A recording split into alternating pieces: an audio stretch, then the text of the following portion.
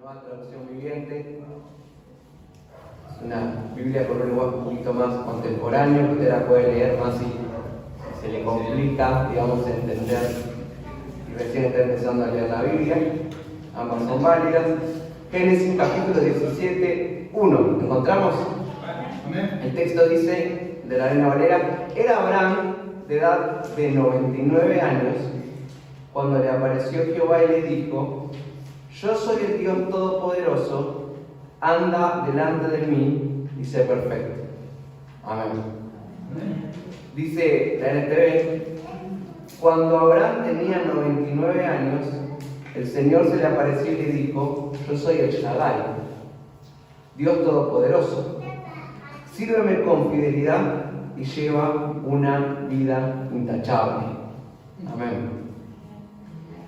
Hermanos, acá me gusta mucho este versículo y acá hay 3 puntos que podemos ver claramente. Dios le dice, en primer lugar, hay una exigencia de Dios a Abraham, que está al final del versículo, que es que sea perfecto. Le dice: sé perfecto. ¿Sí? En segundo lugar, Dios le dice que ande delante de él.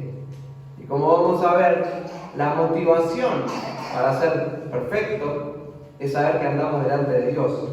Y en tercer lugar, yendo desde atrás hacia adelante, es que Dios se revela a Abraham como una forma, de una manera que hasta ahora no se había revelado.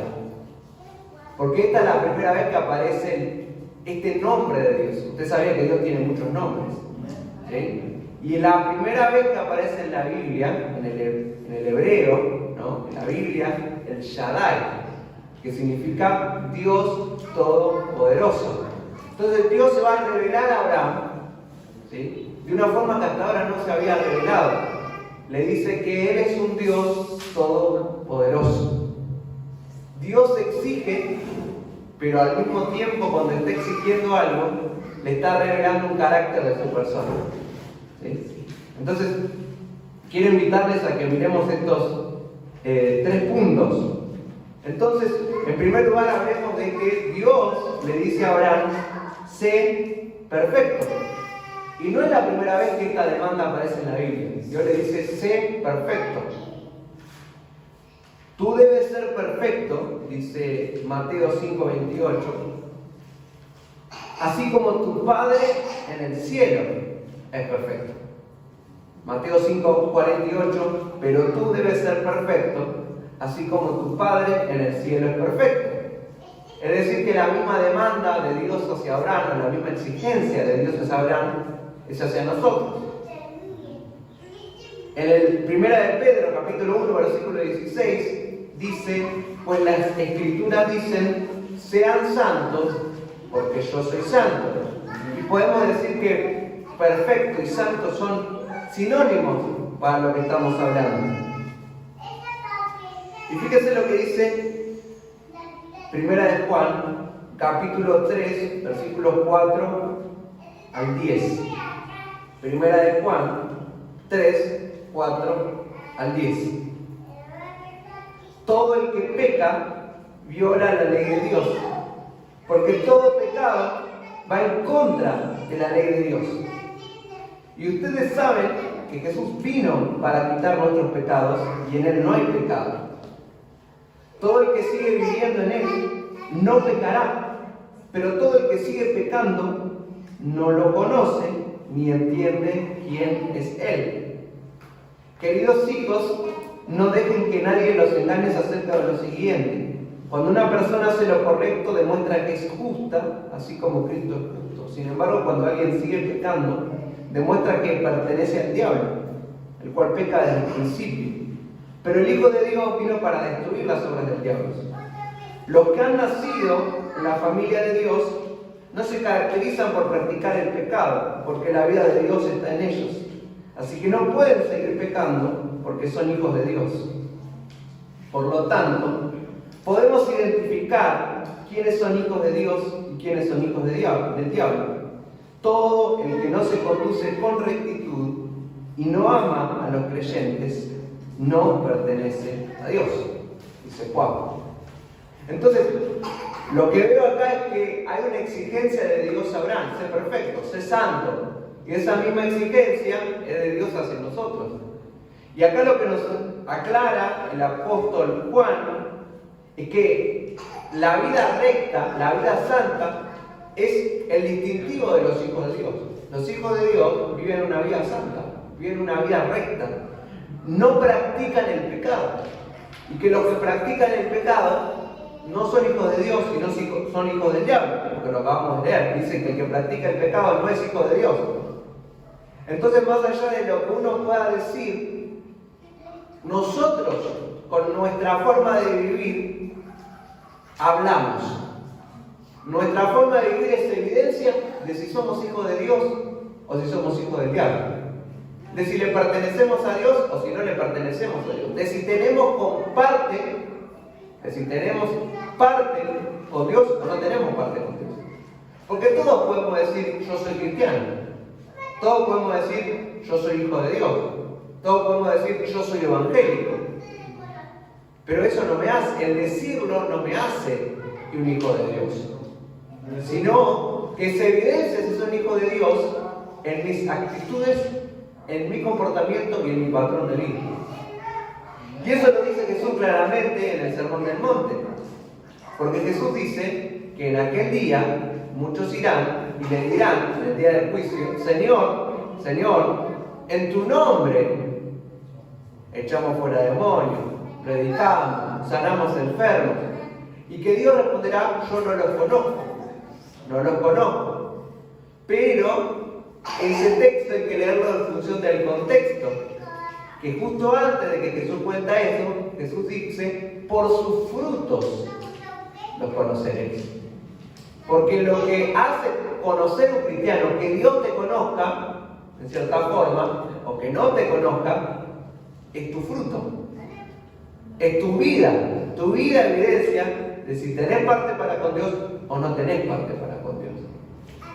Entonces, en esta mañana, nuevamente, porque no creo que es la primera vez que Dios nos diga esto, pero tenemos que llevar una vida santa. Dios nos exige y Dios nos demanda llevar una vida santa. Porque así como Dios le dijo a Abraham: sé santo, también nos dice a cada uno de los que estamos acá: sé santo. Lleva una vida que es ser santo, una vida alejada del pecado y una vida en obediencia a los mandamientos de Dios. Me llama la atención cómo empieza el versículo. Era Abraham de 99 años. Abraham era una persona que había vivido una vida larga, ¿sí? Una vida longeva, y que ya había tenido muchas experiencias con Dios. Y que Dios lo había bendecido, Dios lo había prosperado, Dios lo había sorprendido, asombrado muchas veces.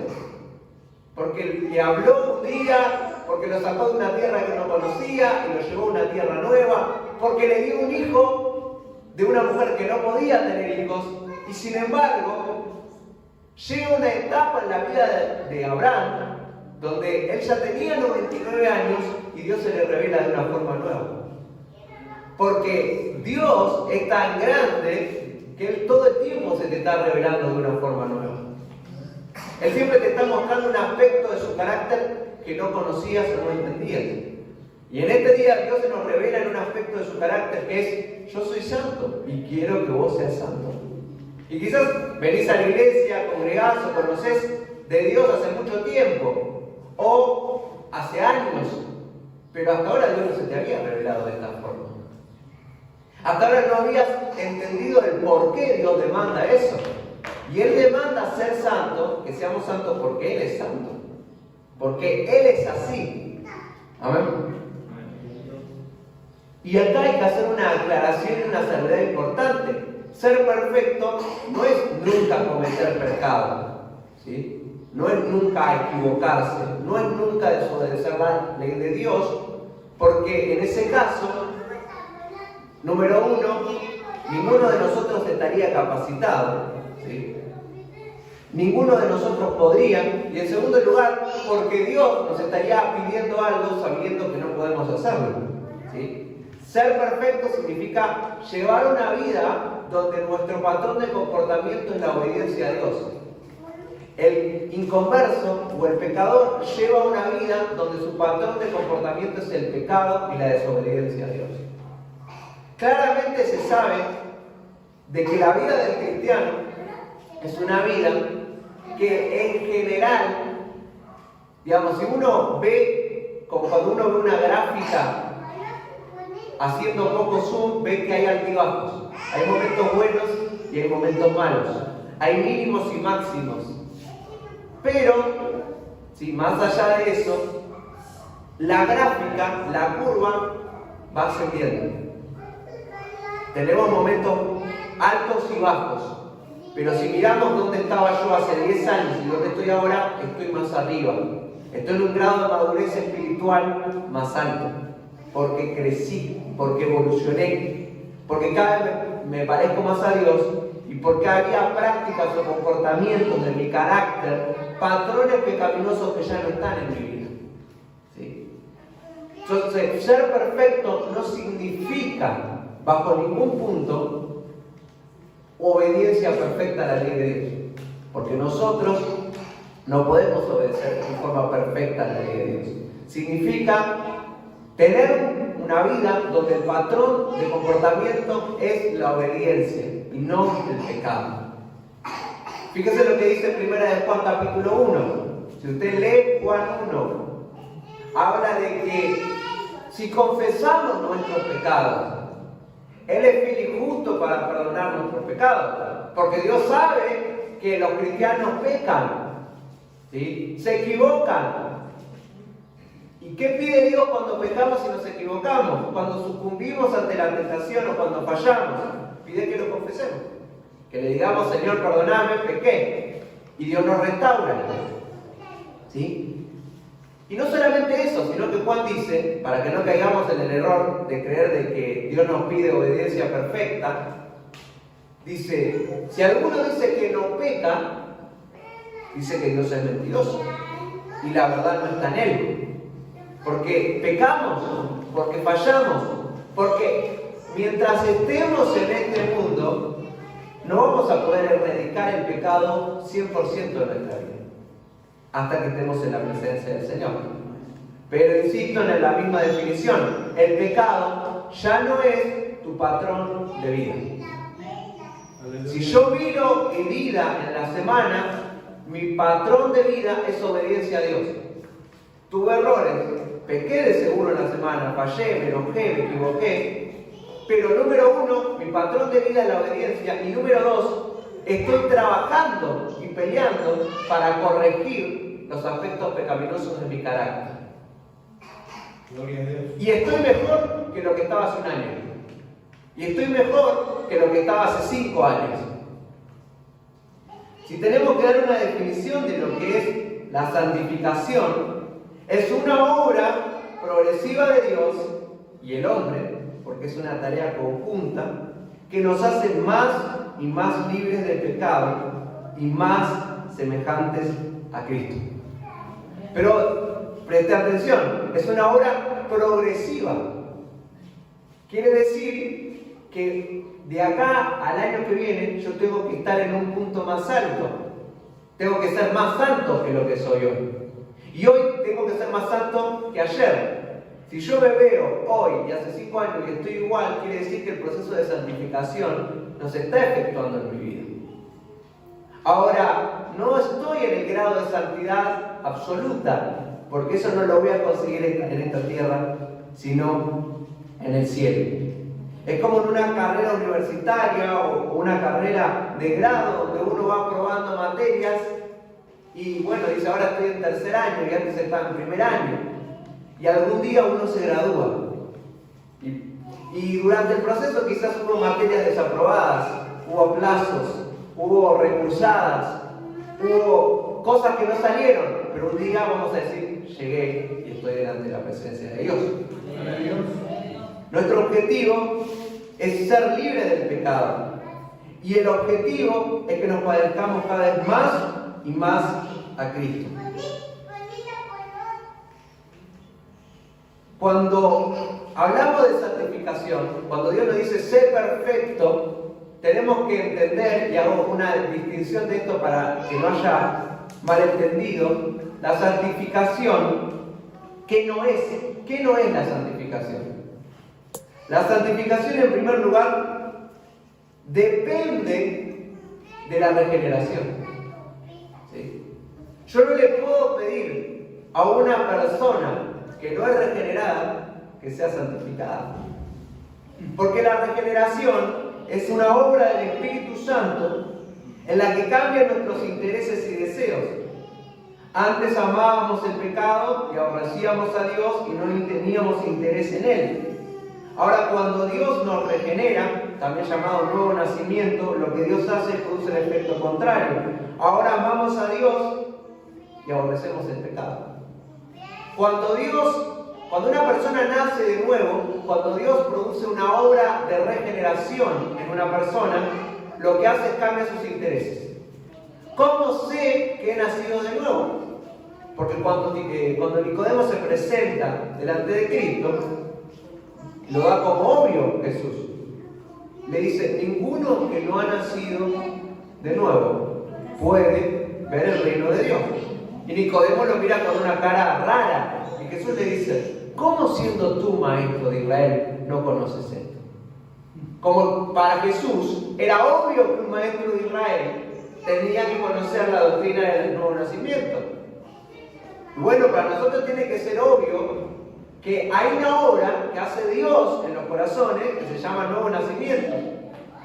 Y cuando Dios hace que una persona nazca de nuevo, ¿cómo sé que nací de nuevo? Porque pasaron dos cosas, que son una sola cosa en sí mismo, que es, cambió tu relación para con Dios y cambió tu relación para con el pecado.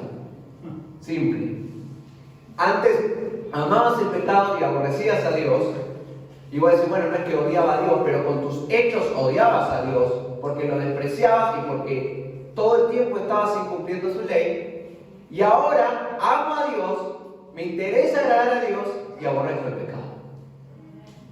Y esa obra es una obra que la hace el Espíritu Santo, es una obra que la hace en un instante, en un momento, ¿sí?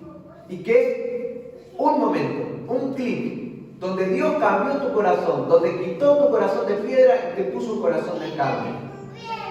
No se le puede pedir a una persona no regenerada que sea santo. Se lo puede pedir, pero no puede entrar en un proceso de santificación, porque su corazón no fue renovado. Se le puede pedir, pero es como pedirle a un cerdo que se comporte como un animal limpio. Uno lo puede vestir, lo puede limpiar, pero el cerdo va a volver. Porque su naturaleza es una naturaleza del cerdo y va a querer volver al chiquero, a revolcarse. Entonces lo que Dios hace es cambia el corazón de la persona. ¿Cómo lo hace? Lo hace de una forma misteriosa. En un instante misterioso. Ese famoso que cuando éramos más nuevos en el Evangelio se solía decir mucho. Es importante que tengas un encuentro con Dios, es decir. Es importante que Dios toque el corazón. Lo que estaban diciendo en otra palabra es importante que nazcas de nuevo. Las personas decían, tuve un encuentro con Dios y nada fue igual. En términos más teológicos o doctrinarios, lo que estaban diciendo, Dios me hizo nacer de nuevo. Dios cambió mi naturaleza. Ahora me importa Dios. Eso es la regeneración. Gloria a Dios. Entonces, lo primero que me tengo que preguntar es, ¿nací de nuevo? Y eso no es algo que yo puedo. Me acuerdo de una canción que decía, tienes que nacer de nuevo, tienes que nacer de nuevo, como si fuera algo que yo me digo, bueno, voy a nacer de nuevo. No funciona así, es algo que hace Dios. Dios, en un instante, en un momento dado, cambia tu corazón. Hace una cirugía espiritual, ¿sí? Lo hace Dios. ¿Y cómo lo hace? Lo hace de una forma misteriosa y cuando Él quiere y como Él quiere, en su soberanía. Entonces lo que sí podés pedirle al Señor, Señor, cambia mi corazón. Pero el hecho mismo que digas, cambia mi corazón, quiero agradarte, implica que probablemente ya naciste de nuevo. Porque si no, no te interesaría. En el libro de Ezequiel, capítulo 36, 26 y 27, dice, os daré corazón nuevo y pondré espíritu nuevo dentro de vosotros. Y quitaré de vuestra carne el corazón de piedra y os daré un corazón de carne. ¿Qué es eso sino un nuevo nacimiento? y pondré dentro de vosotros mi espíritu y haré que andéis en mis estatutos y guardéis mis preceptos y los ponéis por obra. Entonces Nicodemo, ¿cómo puede ser que no conozcas la doctrina del nuevo nacimiento? Si está en el Antiguo Testamento y si vos se supone que sos un maestro de Israel, tenés que conocerlo. En segundo lugar, la santificación no es la justificación. Porque nosotros no nos santificamos para ganar el favor de Dios. Y esto parece novedad, y el que lo sabe dice que es obvio, pero el que no lo sabe o el que no lo tiene claro, se lo confunde todo el tiempo. Y confundirse la santificación con la justificación te va a llevar a una vida cristiana de frustración. Porque yo no me santifico para ganar el favor de Dios. Yo no me santifico para que Dios me acepte.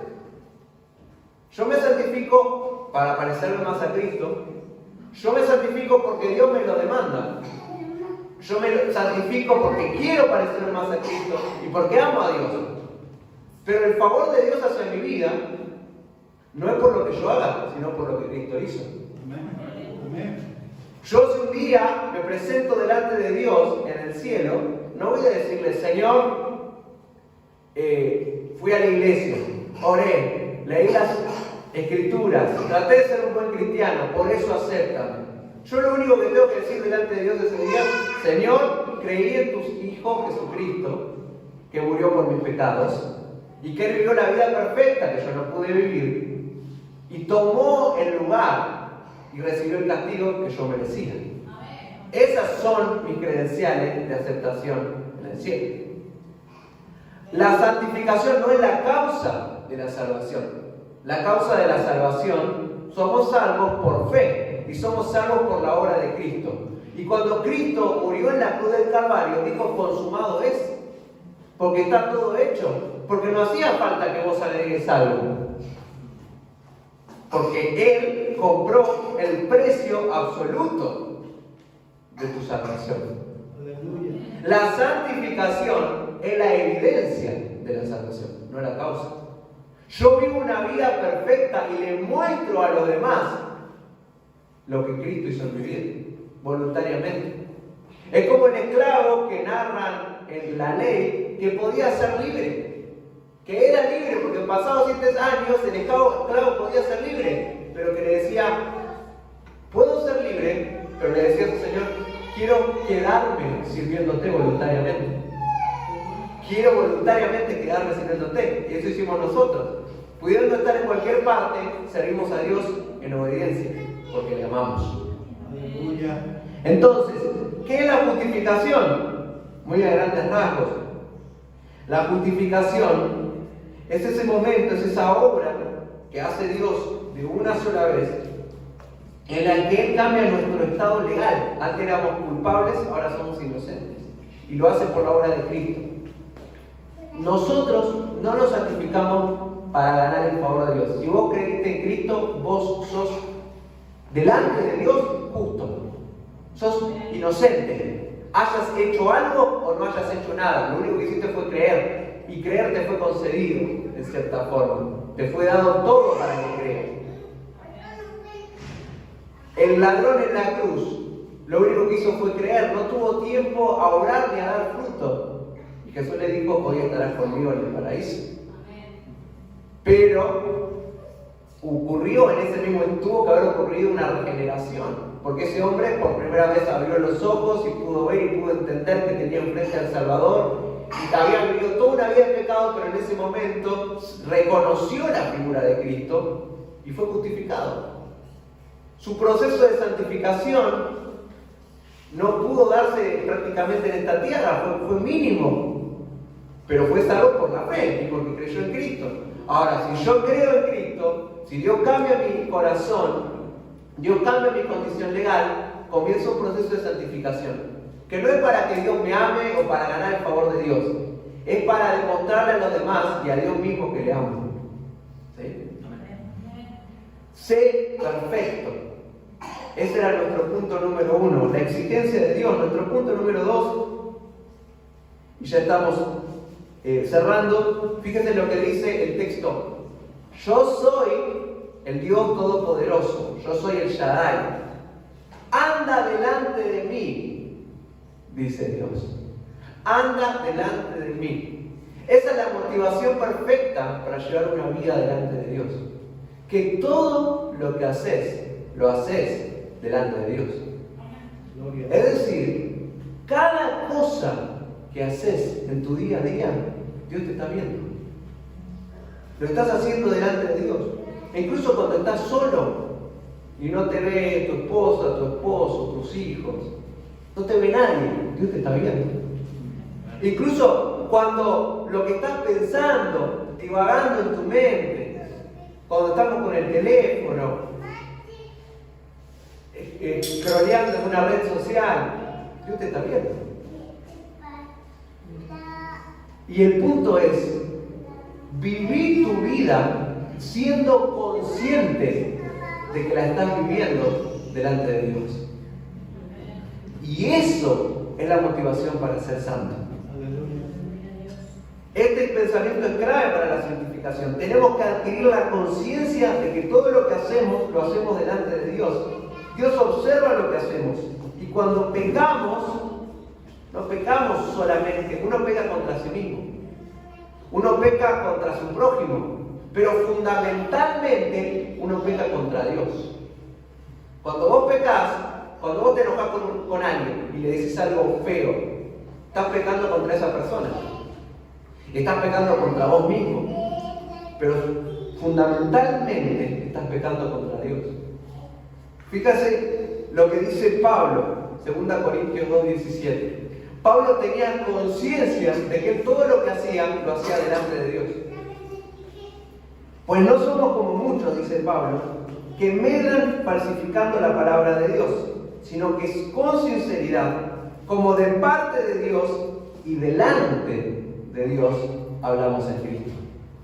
Pablo tenía conciencia de la importancia de su ministerio y de que tenía que hacerlo con una vocación, una dedicación santa, porque él decía, yo lo hago de parte de Dios, pero delante de Dios. Es decir, Dios algún día voy a rendir cuenta por mi comportamiento. Dios me está viendo y como me está viendo, lo quiero hacer de la mejor manera. Es como cuando están los alumnos en el aula y está el profesor y parece que se están portando bien, pero el profesor se va y se distraen y hacen cualquier cosa, pero no los está viendo. Bueno, Dios te está viendo todo el tiempo. No hay nada que se le oculte. Entonces, tenemos que adquirir esa conciencia de que todo lo que hacemos, lo hacemos delante de Dios. Hay una invitación a este día. Anda delante de mí. Viví delante de mí. Sé consciente de que todo lo que haces, lo haces delante de Dios. Fíjate lo que dice David en el Salmo 51:4. Contra ti, dice él, contra ti solo he pecado y he hecho lo malo delante de tus ojos. David pecó contra Betsabé, pecó contra sí mismo y pecó contra Urías porque lo mandó a matar. Pero lo que más le pesaba a David, que él era consciente de que había pecado contra Dios. Él había desobedecido la ley de Dios. El hijo pródigo, cuando se acerca a su padre, le dice, he pecado contra el cielo y contra ti. Tus actitudes ofenden a tus semejantes, te hacen daño a sí mismo, pero sobre todas las cosas, cuando somos cristianos, cuando Dios hizo una obra en nuestra vida y caemos en el pecado, estamos ofendiendo a un Dios santo.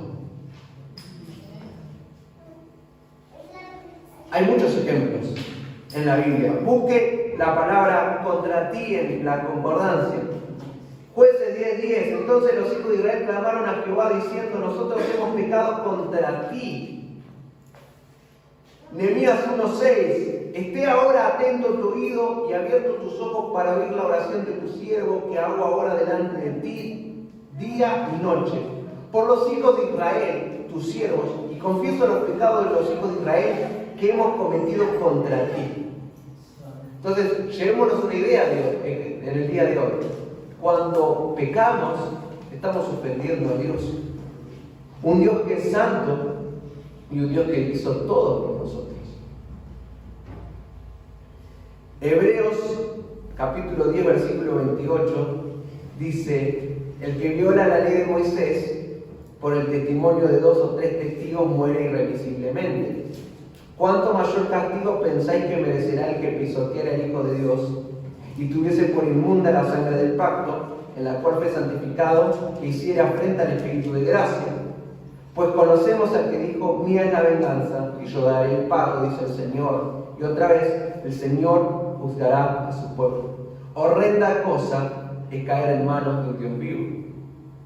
Ese mismo Dios que es amor, que nos salvó, que nos ama, también es un Dios que aborrece el pecado y que lo castiga de una forma terrible. Para un pecador es una cosa horrible caer en manos de un Dios vivo, porque es un Dios que es 100% justo y que no va a tolerar ningún tipo de transgresión en su ley. Entonces seamos conscientes de que todo lo que hacemos, lo hacemos delante de un Dios santo, delante de un Dios justo. A veces hablamos entre nosotros y te dice el hombre, bueno, no es tan terrible, sí, está bien, mentiste, pero no está tan mal. Pero para Dios el pecado es terrible. No podemos compararnos en función de patrones humanos. Por último, el texto comienza diciendo, yo soy el Dios Todopoderoso. Porque la exigencia es alta. Porque la demanda de vivir una vida conforme a Dios, una vida santa, es alta. Y porque la conciencia de que estamos viviendo delante de un Dios santo y que Dios ve cada cosa que hacemos es abrumadora. Pero la identidad de Dios es la respuesta a esa demanda. Porque Dios le dice, yo soy el Dios Todopoderoso.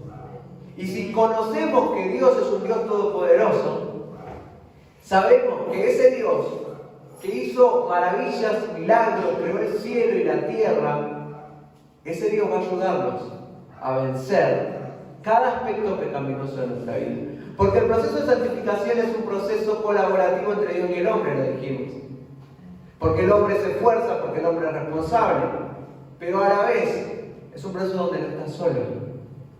El padre de la iglesia San Agustín decía, pide lo que quieras, Señor, pero danos lo que pides.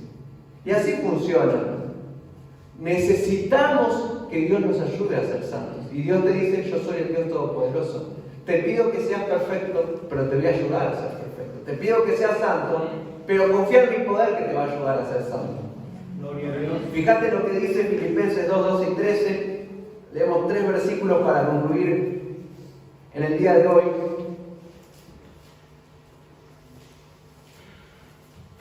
Filipenses 2, 12 y 13. No se puede leer el versículo 12 sin el 13, porque están íntimamente relacionados. Dice, por tanto, amados míos, como siempre habéis obedecido, no como en mi presencia solamente, sino mucho más ahora en mi ausencia, ocupaos en vuestra salvación con temor y temblor.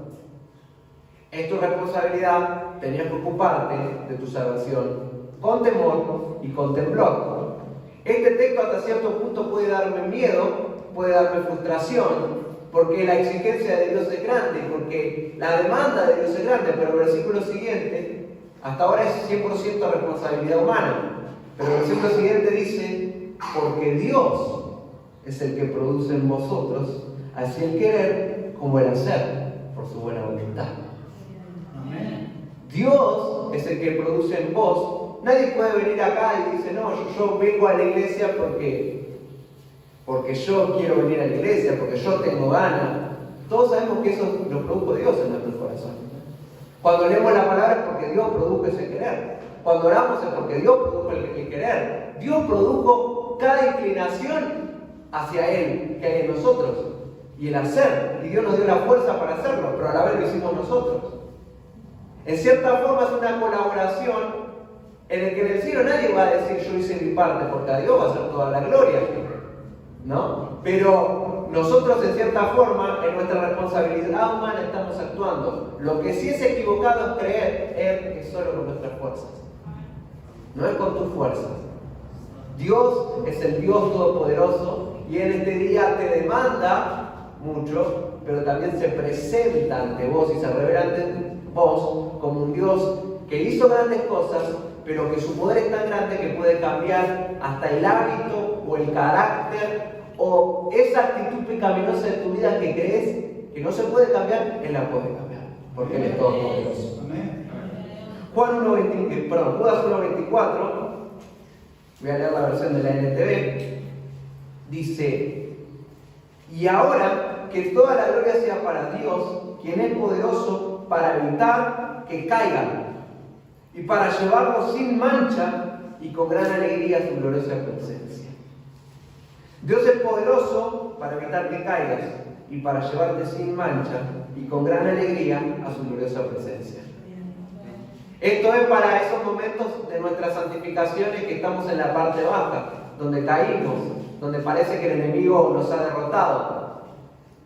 Enemiga mía, no te alegres de mí, dice el profeta, porque aunque caí, me levantaré. Aunque ande en tinieblas, Jehová será mi luz. Aleluya. No importa cuánto hayamos caído, Dios es poderoso para evitar que caigamos y para llevarnos sin mancha y con gran alegría a su gloriosa presencia. Fíjate, Dios mismo te lleva delante de su propia presencia y te presenta sin mancha. Delante de Él y te acepta. Entonces Dios te está ayudando, no estás solo. Y si Dios es poderoso, yo sé que vamos a llegar. Amén. Vamos a llegar porque Dios nos va a presentar sin mancha. Es lo que decía Jesús: de lo que me dio el Padre, yo no voy a perder nada. ¿Sí? Yo lo voy a llevar y lo voy a presentar delante de Él en el día del postrero. Que toda la gloria sea para Él, dice el versículo 25, quien es el único Dios, nuestro Salvador por medio de Jesucristo nuestro Señor. Toda la gloria, la majestad, el poder y la autoridad le pertenecen a Él desde antes de todos los tiempos, en el presente y por toda la eternidad. Primera de Pedro 5:10 dice: mas el Dios de toda gracia, que nos llamó a su gloria eterna en Jesucristo, después que hayáis padecido un poco de tiempo, Él mismo os perfeccione, afirme, fortalezca y establezca. A Él sea la gloria y el imperio por los siglos de los siglos. Filipenses 1:6, Pablo dice: estando persuadido de esto, estando convencido de esto, que el que comenzó en vosotros la buena obra, la perfeccionará hasta el día de Jesucristo. Vamos a ponernos de pie en este día. Resumiendo, Dios se revela siempre su carácter de una forma nueva, y en este día se nos revela como un Dios que es un Dios todopoderoso, como un Dios que nos demanda vivir una vida santa. Pero en esa vida santa que nos demanda vivir, Él dice que Él tiene el poder para ayudarnos a vivir esa vida santa. Una vida santa que no es para ganar la salvación, porque la salvación, tu salvación ya la ganó Jesucristo. Es una vida para evidenciar que amas a Dios y para demostrarle tu amor incondicional hacia Él y para demostrarle a tu prójimo también. Y una vida en la que soy consciente de que todo lo que hago, lo hago delante de Dios. Vamos a estar orando.